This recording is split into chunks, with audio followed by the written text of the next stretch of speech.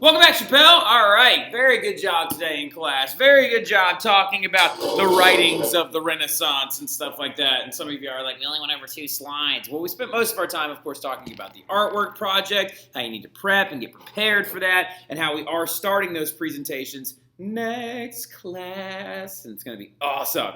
So the big thing about it, though, I'm very, very excited to see y'all's work, very, very excited to see what you come up with and stuff like that, your research and everything.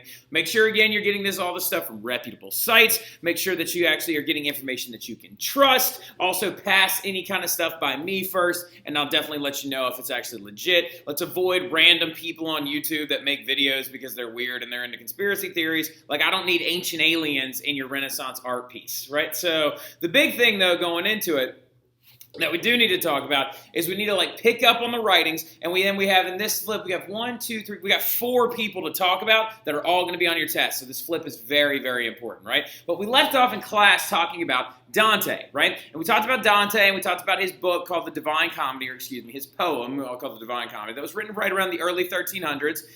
He is kind of a part of that Middle Ages to Renaissance transitionary period, along with St. Thomas Aquinas. He is going to be an epic poet who brings back the concepts of vernacular literature. Vernacular, of course, meaning words that are spoken in the common day manner. Now, the big thing about it, though, so for example, his Divine Comedy is written in Italian, which is a vernacular language, right? It's not written in Latin like the Bibles were at the time.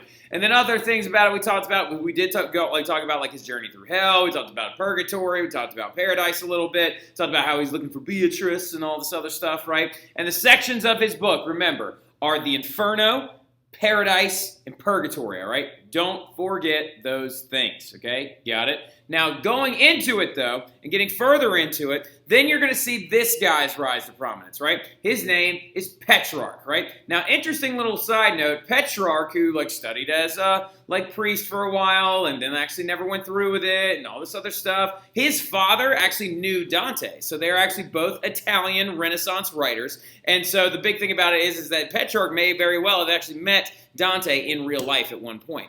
But he is also one of the founders of the Renaissance. He is considered the father of humanism, mainly due to the fact that he was the one that really starts this trend of translating Roman text, right? So really, really quickly, when you look at Petrarch, he's the guy that starts to translate a lot of famous Romans and their words, right? For example, Livy, who is a Roman historian, translates his work and actually really expands on those ideas and really kind of dives deeper into them and actually becomes kind of mildly obsessed with Livy and stuff like that.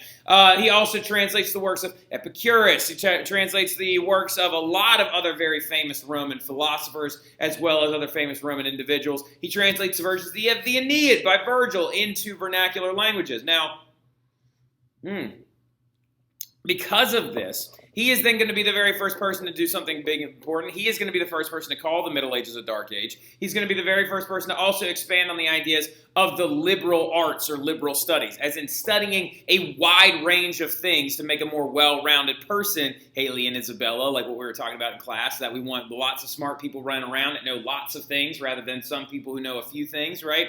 So the big thing, though, is that you have this guy to thank for that, right? He is also an image of humanism and a very famous thing that he actually has when he climbed this mountain called Mount Venti, right? So Mount Ventoux was a very, very large mountain outside of Rome, and apparently he climbed to the top of it just to see the view, right? So climb to the top of it to have an experience that is not necessarily a religious experience, but in a way it kind of was. So the big thing about it, though, is climbing to the top of the mountain to see the view is a very humanistic thing because you are just going to see it, right? You are going to imbibe it and going to experience it. You're not going necessarily because you think it's bringing you closer to God, even though he actually does say that acts like that do bring you closer to your faith and stuff like that. But basically, in a nutshell, though, that climb to the top of that mountain is really, really important. So going forward, though, something that you're going to notice is what these books looked like, right? So these are the books that Petrarch and Dante were writing. This is actually an early copy of the Divine Comedy, right? We can actually see right here, this is Virgil and Dante. This is when Virgil shows up after the wolf, the lion, and the leopard come down the mountain. They're like, no, you can't come up here. And then he starts the entire journey where he's going to lead him through the different levels of the afterlife and stuff. But look at these books. These books are all handwritten, right? So they're handwritten. Literally somebody has to sit down to make these books and they are completely handwritten. That means to tell us something. They're also hand decorated. The artwork inside of them is done by hand. So copies of books in the late Middle Ages take forever, right? So by 1390, which is when this one was actually originally made, we've come to find out that handwritten books, they're hand decorated. These copies take a long time, just like copies of the Bible, which is why monks took vows of silence so they could sit in quiet and copy down text of the Bible to make more Bibles for other monks to use. That's going to make these books very expensive, right? So, go ahead and jot that down underneath this, right? Result, these books are going to be extremely expensive. And it keeps it out of the hands of the more impoverished people, the more, lower class of people. But until something very important comes along. It's so important, and it's this thing known as the printing press, right? So the printing press, developed by a man named Johannes Gutenberg, is going to cause this thing known as the printing revolution. Now, notice I said developed by Johannes Gutenberg. It's actually not completely true. The Asians actually developed a printing press long before Johannes Gutenberg ever did. The difference between his and theirs was the fact that his was made out of metal and theirs was made out of wood, and theirs would usually degrade a lot faster because it would actually soak up a lot of ink and things like that. But Johannes Gutenberg is going to create this printing press, and the very first book he's going to print on it is the Bible, right? The big results of this, also how it worked, is very important. What type of printing press this is? It's called a movable type press, right? So basically think about it like this, okay? This is the way this printing press works. If any of y'all ever played Scrabble, so if you ever played Scrabble, you're like bananagrams, you know exactly what I'm talking about. Imagine tiles with an individual letter on them, right? And the way that you make pages for the book is you would actually line those letters up. So you'd actually go okay, Samira and I don't know, and Emily Manning are two of the coolest kids I know. And you would line all those things up, including spaces, and then you would take these little things that look like maracas, or basically little dabbers, you put a little bit of ink on them, you go ta-ta-ta-ta-ta, put that on top of the letters, put a piece of paper on there, and then go press, like a stamp, right? And that's how you would actually do it. And it's called movable type printing press because of those type letters that are actually used to make the words and the sentences and stuff like that. Now, speaking as well, it's why we call typing on a computer typing, because these individual things on top of your computer are called types. Now, somebody might be like, oh, that was a typewriter. Typewriter, flinging a little type against a ribbon and then pressing it onto paper, right? So the big thing about it, though, is it's going to bring origin to, and it's going to have, it's going to have massive results throughout European history, right? So the fact that you now can actually access books that are much cheaper, it's going to expose all classes to literature, and literacy rates are going to dramatically climb during this time period, okay? So print shops are also going to become areas of propaganda. Pamphlets are going to become very, very important later on, right? So the big thing about it, though, is now people have more access to printed goods, right? So Dante's Divine Comedy can now be printed. Petrarch's Climbing or Ascension of Mount Venu can now be printed, and it actually becomes more easily accessible to people of other classes. It also, interesting fact about it, print shops, after the printing press was created, was the origin of uppercase and lowercase letters, right? Or calling them uppercase and lowercase letters. Because we know that capital letters were invented under Charlemagne with a system called Carolingian minuscule, but uppercase letters were called uppercase letters because they were literally kept on an uppercase off the floor because they weren't used as often, and lowercase letters were used all the time, and they called them that for easy reaching, right? So, now the big thing about it, though, is that the printing revolution and Johannes Gutenberg are wildly important, okay? So, going forward, though, we're messed up. There we go. All right, so, that's St. Thomas Aquinas. That's our book. And there we go. And there we go. All right, so now speaking of, though, we have two other writers to talk about, right? Because these writers are actually going to come along after the printing press was already developed, and these books will be printed and widely circulated during the Renaissance itself, right? So one of the first ones to start off with is this guy known as Baldassare Castiglione, the most forgotten guy in all of the Renaissance periods, the most forgotten dude because everybody can never remember what the heck he wrote and stuff like that, but I need you to highlight his whole section because he is wildly important.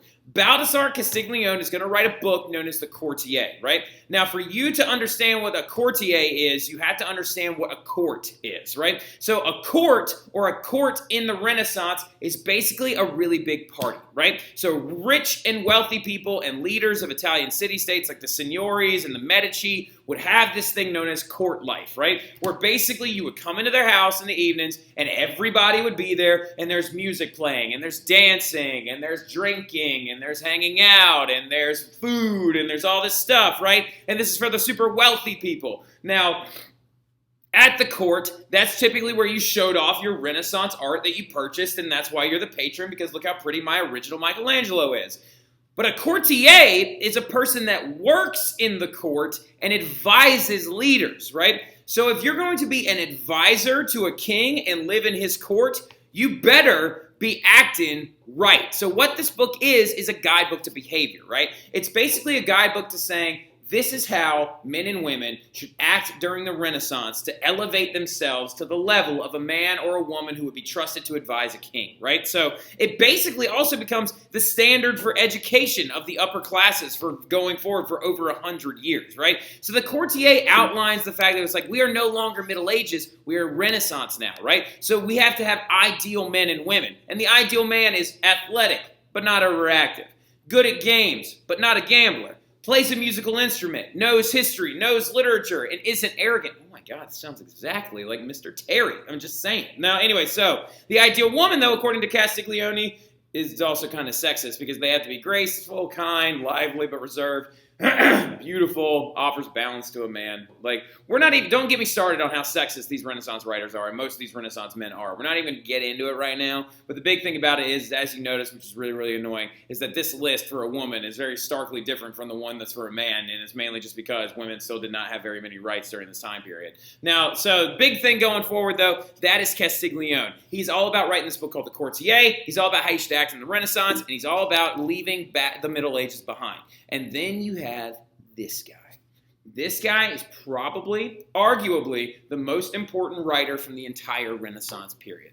His name is Niccolo Machiavelli, all right? And he's going to write a very famous book known as The Prince. Now, the big thing that The Prince does, which is a very short book, it's only about 50 pages, it asks the questions on how a government should operate, right? Because the Romans had figured out government a long time ago, right? They had a republic, and then they had their Principate system. They had imperators and emperors and all this other stuff, right? They had all this other magical, like, fantastic stuff for them to figure out government.